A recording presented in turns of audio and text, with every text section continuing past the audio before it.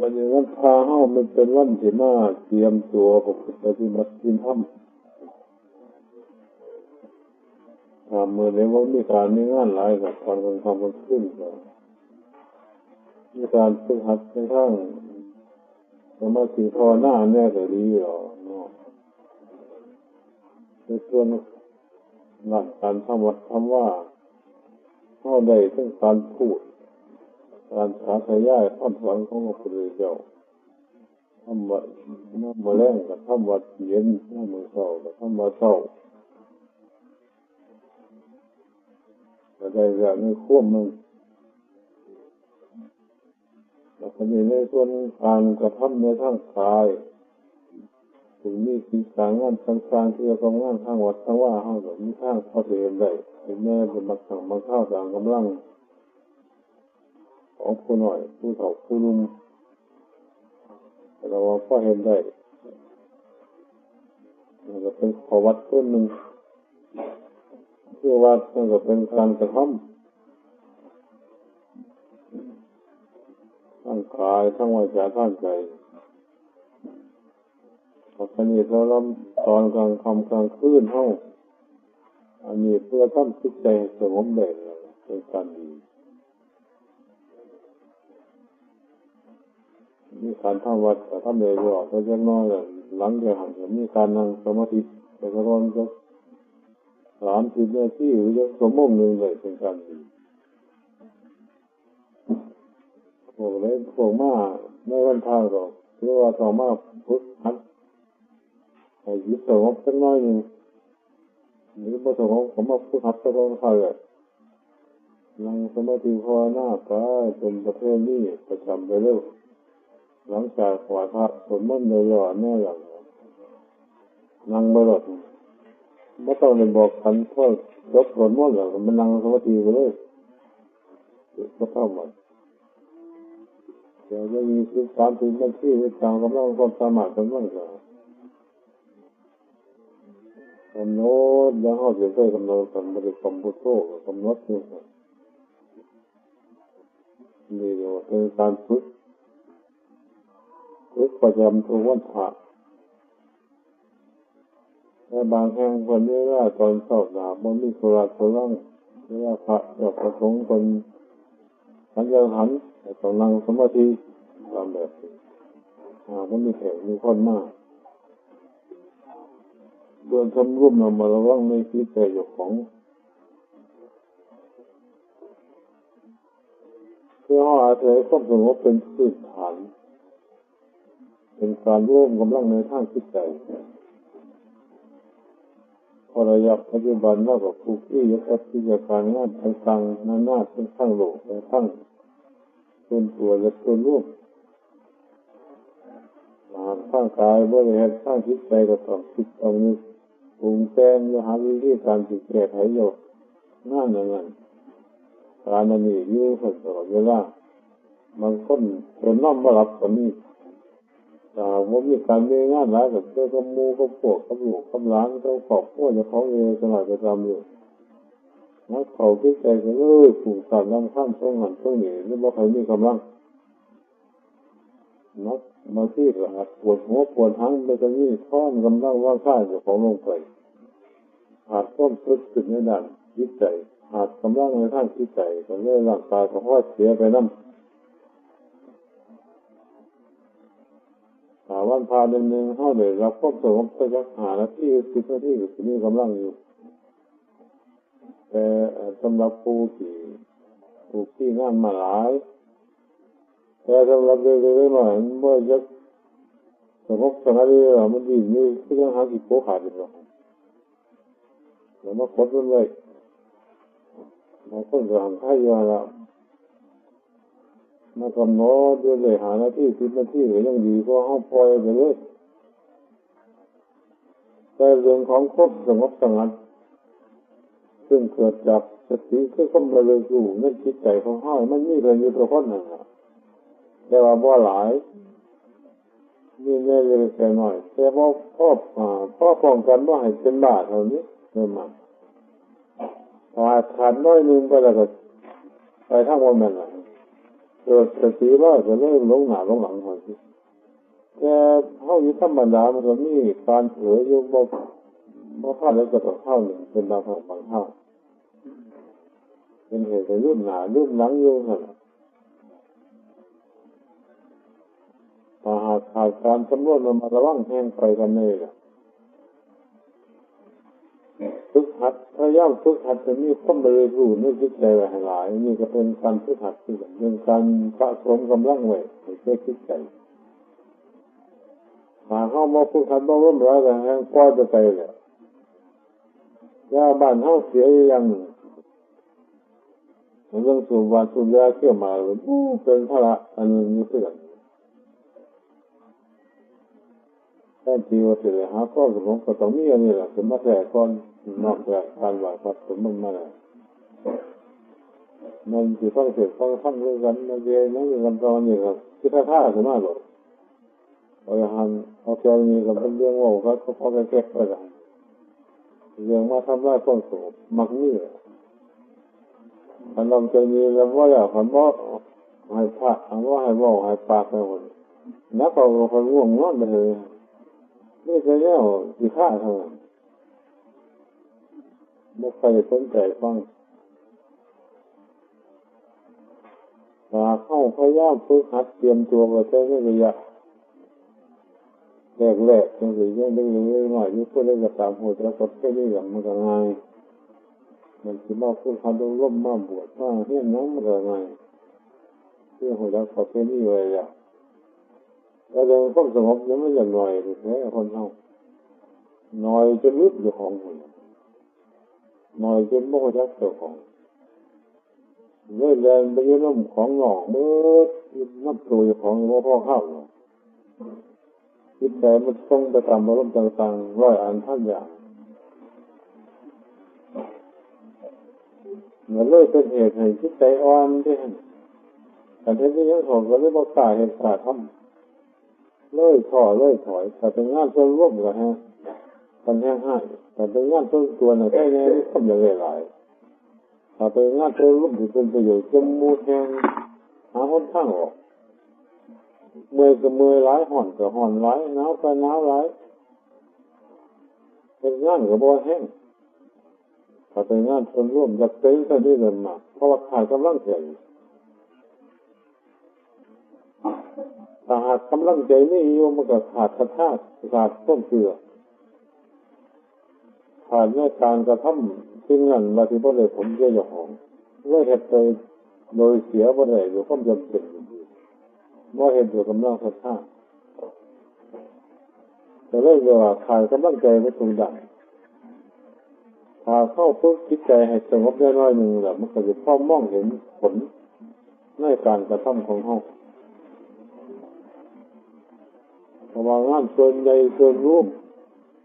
ในส่วนบ้านกับสามในส่วนวัดกับสามมันก็ถือว่าเป็นงานสำคัญ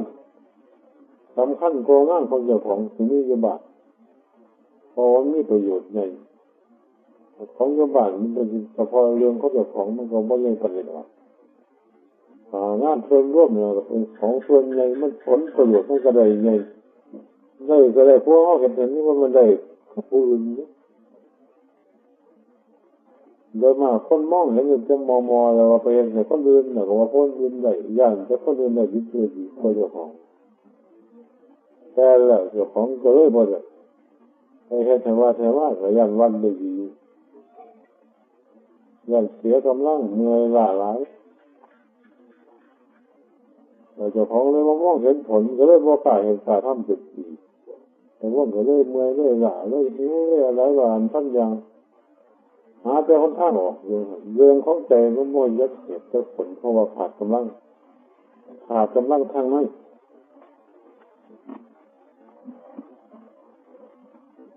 ถ้าเขาเป็นผู้ที่นับถือพระพุทธศาสนากันจริงจังแล้ว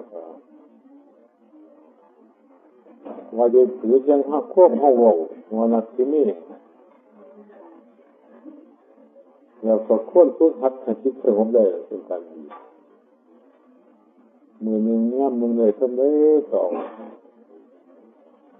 ปฏิหารเดินปัญญาที่หน้าไทยพ้นมันก็จะขึ้นไปขึ้นไปเนี่ยแล้วสู่เราทำจิตใจสงบสักคนจิตใจเข้ามันก็ต้องหนาต้องหลังปุ่มสารต้องขั้นจะยุ่งสัตว์อะไรมากบางคนก็ว่ามีข้างดิบข้างเดินไปเกิดมาเยอะแต่ของตัวภาพมันนอนหลับมันแล้วมันก็เรื่องจิตใจยังฝันไปว่าท่านเนี่ยแต่ท้องเสียหายจะงบมันเอาไปหาไล่ห่วงไล่เหงาไล่นอนไปแล้วก็มีเลยตรงนี้ก็จะน่าพักผ่อนแบบนี้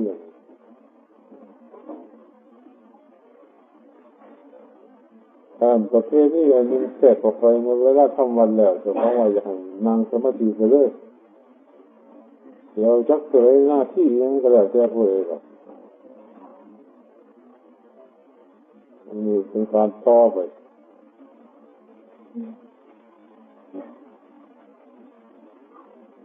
เพื่อเป็นการฝึกหัดไว้คนทำมาดีเกิดกำลังขั้นขาดกำลังขั้นจิตใจหลายต่อไปเพราะว่าคนมันสิน้าแน่นหลายก็มากกว่ากันถ้ามาอาชีพก็อยู่วุ่นไหวกันแหละแย่งกันกินข่าวกันกินข้าวไหวกันกินอย่างว่าอันท่านอย่างกินดินกับห้องกับไปน้ำคนกันไหลกันไปน้ำมันก็ต้องใส่ต้องติดข้อมันใส่หัวในการทำมาอาชีพใส่หัวในการแสวงหาทรัพย์สมบัติมาเรื่องครอบครัวเจ้าของหลานท่านประกันทั้งที่หลับและที่แย่งทั้งที่ทางคงและทางออกไปแล้วมีการใส่หัวใส่ต้องติดข้อมันหลายของขาดกำลังใจคนเข้ามาเสียเดี๋ยวก็เป็นโรคประสาทเดี๋ยวก็เป็นโรคหัวใจวายไปแล้วเดี๋ยวก็เป็นบาดเวลาอันท่านอย่างพระพุทธศาสนาก็พระเจ้าคนสอนอยากให้พยายามรักษาฐานะจิตใจไว้ให้ร้ายและให้ดีให้มีกำลังถ้าจิตใจว่าสงบจิตใจว่ามีความสุขในร่างกายก็ว่ามีความสุขขึ้นกันแต่คนเฮาไม่ค่อยได้สนใจในการฝึกหัดอบรมในทางจิตใจไปพยายามทำแต่ด้านทางนอกก็จนว่าเบิดเงาบนแห้งเกือบหลบเกือบตายมันหามาได้แล้วมันกำลังกายมันก็ติดทุกข์ส้มไปยุ่งโตหาลากำลังใจอ่อนแต่ในก็ว่าพ่อสิเลยนักเขาก็เลยหันไปในทางต่ำถ้ามันคิดใจอ่อนในด้านการประพฤติปฏิบัติสั่งข้อดีมันเป็นไปแข็งในด้านการสั่งบาปสั่งกรรมในทางต่ำนี่ก็มาแต่คงในถามเลยครับหากจะไปทางต่ำเนี่ยคนคนกล้าหาญปานนั้นล่ะพวกไปรักประสบไปดีที่หนึ่งเล่าคนสะดมหรือไปเล่นไปหัวเที่ยวบ้านนั้นเที่ยวบ้านนี้ยุ่มหมอเราสบพบกันอะไรนี่กล้าไปนั้นว่าจะเหมือนว่าจะกล้าว่าจะอย่างนอนว่าจะอยากเสียแล้วได้เห็นเลยถ้าไม่ตื่นไปทางดีบ่มีกำลังมันก็ลบไปทางต่ำมันกำลังไหลก็มันเป็นของคนละไฟ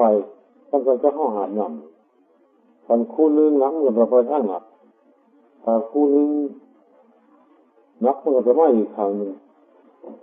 นี่ความดีกับความบ่ดีเนี่ยห้องหาบดีถ้าหากไปทางดีหน่อยทางบ่ดีมันก็ไหลมันก็หนักถ้าหากว่าไปทางดีหลายทางบ่ดีหน่อยมันก็ไปหนักในทางดีแต่มันก็ขยันถ้ามีกำลังเหตุกำลังทำต่อที่เขาทำเดี๋ยวเลยเขาต้องเขียนต้องคิดใจเพราะมันหนักในทางไฟต่ำผลไม่ได้ถ้าไปทางต่ำน้ำมันปัญญาเนี่ยเดียวว่านักข้าผู้ยืนถ้ามาวัดมาว่าเนี่ยแต่ไปหาผู้ไปหาได้อยู่ได้กินน้ำมันคงไปได้ก็ไปทุกครั้งย้อนแห่ได้มือตัวเขาข้าง100-200นิ้วขาดเลยเมื่อกินเขาโหดเดี๋ยวมื่อไปรับไปซกเตือนมื่อจะทำมื่อจะขึ้นเปล่าแต่คนตรงต้องไม่ได้ฟังเสียงมนไปขับไปทางต่ำมันเดี๋ยวว่ามันนักข้างมุ่งมาหรือมาหัวเราจะนักว่าท่าผลกันเสียมานั่งสมาธิภาวนามาอบรมต้องเสียต้องทำเนี่ยไม่อยากฟังมันผ้ามาไปนี่ก็มันจะฟังไปนี่ก็ไม่ใช่อย่างนั้นใจโม่ที่ใจอ่อน ในสังเกตว่าใจไหนมันจะเป็นไปได้มันเป็นนักข้างหนึ่งก็เลยว่าหาที่ตั้งข้องควบดีก็ควบพอดีเท่าไหร่ดีผู้ได้กินนักข้างไหนที่หน้ามันหัวใจก่อนถ้าผ้าเห็นดีกับกลางหรือคุยเรื่องหนึ่งคณะให้ว่ากันเล่นน้ำกันคุยกันในบ้านมือบ้านขึ้นมันยังไงแต่ว่าฟังเสียงว่าในพ่อ3-4แถวบรรทัดจากของมันก็เทศอะไรง่วงเลยมากแบบนี้อะไรนั่งสมาธิเข้าเรือทางใช้วัดเดินว่าไปสั่นตัวเพราะคนว่ามักสินทำเรื่องเหมือนมันหนักกว่าถ้าหุ่นกว่าแห้งกันมาหาข้าวโมกฟื้นกระแสบ่ได้เรื่องพุ่งซ่านลำข้างเรื่องกันแห้งไปเลยแต่ถ้าบ่ค่อยย่ามากกดดันเนี่ยมันนี่ครอบสงบจังเลยหรือว่าอะไรหรอท่านสิพาอยู่ของไปทางวันนั้นเรื่องคิดใจเรื่องมันพาไปนี่ใจสิ่งสัมปยุทธ์เรือหน้าไปจำมันก็ดึงเข้าไปทางจำมันกำลังเลยแต่จะขึ้นด้วยสูงมันไม่เพื่อนมันไม่ไปเนี่ยที่หน้าตรงนี้ตัวใครจะมั่นกันล่ะแต่แสดงว่ามันหนักไปในทางนั้นเราเข้าส่งพยายามดันมันหลายแต่เขาจะว่ามันหนักไปในทางต่ำพยายามดันมันเป็นสูงห้องหัวใจด้วยเราถ้าใช่ก็ห้องหาของถ้าได้หนักถ้าได้บอกห้องหัวใจรวดอาการของใจจะมันแสดงออกในตัวห้องก็หัวใจด้วยว่ามันหนักทางไหนมันเบาทางไหนผู้ใดนึงก็เห็นแล้วมันไม่อยากแก้ไขใช่ไหมว่าใจตัวเคยเป็นหน้าหนึ่งอยากไปน้ำใจของมันว่าใจตัวมันก็เป็นเหตุต้องเชื่อมันเลื่อยจำเลื่อยเลยเลื่อยกายเป็นนิสัยแต่เธอพอเธอใช่สมมติแก่เกินเลยจำเลยแบบนี้อันถ้าบ่แก่มันก็ไหลไปเรื่อยก็ยังน้ำไหลไปจนสุดก็ไปมันไหลไปตั้งกำน้ำใจกับทำน้องเดียวกันอันนี้ก็ว่าไว้ให้เป็นเครื่องเตือนสติแต่ละคนผู้บ่ได้ที่นี่ที่หน้าไม่ได้เห็นตัวตามอารมณ์ของใจเขาที่หน้าเบิ่งในใครจะได้มันมีทางเดินนี่ไม่ได้เขาผิดดึงดูดในโลกนี้เขาไม่อยากให้ไปเสียเงินเขามาท่วนกระแสคือที่หน้าไปตามข้อมวัดพาข้อมวัดเก่าวัดเย็นมันก็พอได้อยู่อย่างแล้วว่าได้เว้าได้ยังได้อยู่แต่ว่าที่หน้าบ่ทันได้ควบในด้านภายในว่าได้ด้วยสัญญาใจมันบ่ทันได้ยินนำเลยได้ยินแต่หูทันใจได้ยินควบเรื่องคนว่าไปนั่นน่ะจะเฮาว่าไปโอ้ยมันก็สิให้แน่ที่มันก็สิสงบจังไงสิพอดีแห้งไว้ที่หน้าเบิ่งแม่คือแบบว่าเรื่องมือเป็นเรื่องสำคัญไม่ต้องที่หน้าต้องตรวจกายเจ้าของสุริยะได้ปีนึงเดือนนึงหรือเดือนหรือ7 มื้อหรือวันนึงก็ให้ที่หน้าเรื่อยๆเลยสั่นจะเป็นนักพุทธหัดเจ้าของนี่เป็นนักปฏิบัติธรรมนี่เรียกว่าคนขั้วที่หน้าในตัวเขาเนี่ยเทียบกับแค่รับธรรมอยู่ตลอดเวลามาแล้วไม่ผิดแต่แล้วมันคิดเข้าได้ผิดเข้าได้ผิดทุกคนติดเกลียดแล้วไม่ต้องเลยไม่ใช่จะคอยจะดีเลยทุกคนนะแต่ว่าจะคิดทุกคนนี่เราจะเห็นด้วยโอ้ยแค่มันคือว่าที่ว่าจะคิดคนไปพอแห้งคือจะให้เห็นเรื่องอื่นแต่ตัวจะคิดเอาไว้มันจะเข้าใจพอแห้งเอาขึ้นเนี่ยแต่คือว่าที่ผมจะว่าเป็นของเบื่อว่าถึงที่เป็นไม่ได้ป่าว่าจะไม่ล่งช่องหลายเพราะแห้งต้องหายาแก้กันตอนนี้แหละคือว่าตัวเมื่อเจ้าของอันนี้พอแห้งไปนี่ก็นั่นเรื่องของใหญ่เรื่องของที่ยามารยาทต้มเป็นอยู่ของห้องตัวจะคิดว่าไปใส่พอแห้งเนี่ยมันเข้าไปกันกับการวัดถนนนั่นแหละผมพอแยกน้อยเดียวต้นทางเขาไปไกลเลยแห้งไปไปอย่างแต่ว่าในทาง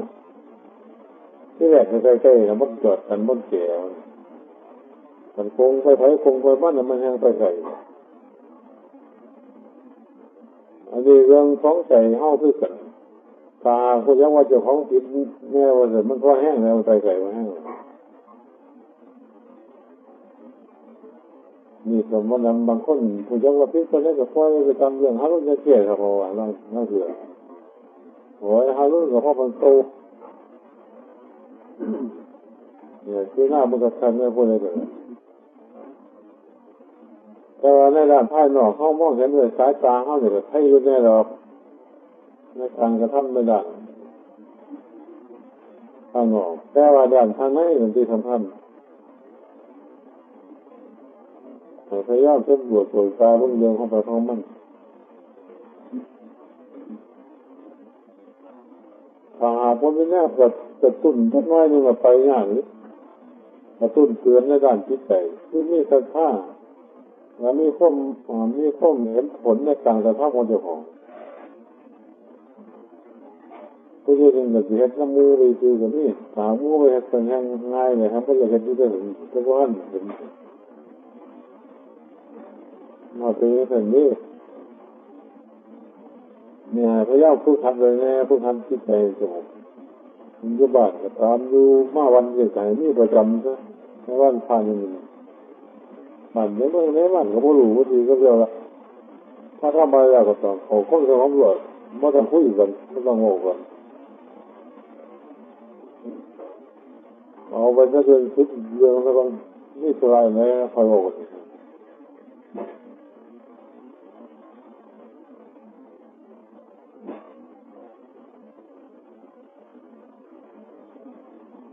ของว่าพอถึงวันพานั่นหมดพระเจ้าประสงค์ที่พระได้มานั่งอยู่นั่นนี่นอกจากว่าจะข้องเทียบคนเดียวคนนิมนต์ออกพอพูดนี่เรื่องภาวนานี่กันพอถึงเวลามาวันพาแล้วก็ทับมาตลอดทับมาอาจจะข้องเทียบก็ไปยืนวนมาเอาแต่บ่จะต้องการฟังสิ่งนั้นเพราะว่าที่ก็นั่งบนรถ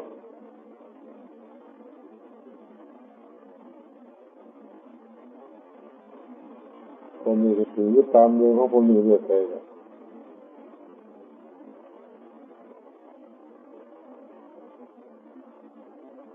ไม่อยากฟังเสียงก็เปิดเทปฟังรถเนี่ยในเกี่ยวของข้อเสียของเราเลยครับมันไปศึกษากับเราบ้านเรา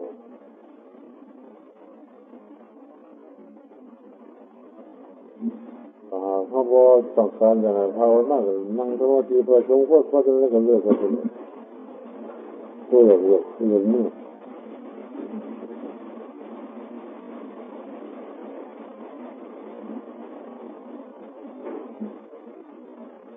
แล้วก็เป็นเหมือนพูดว่า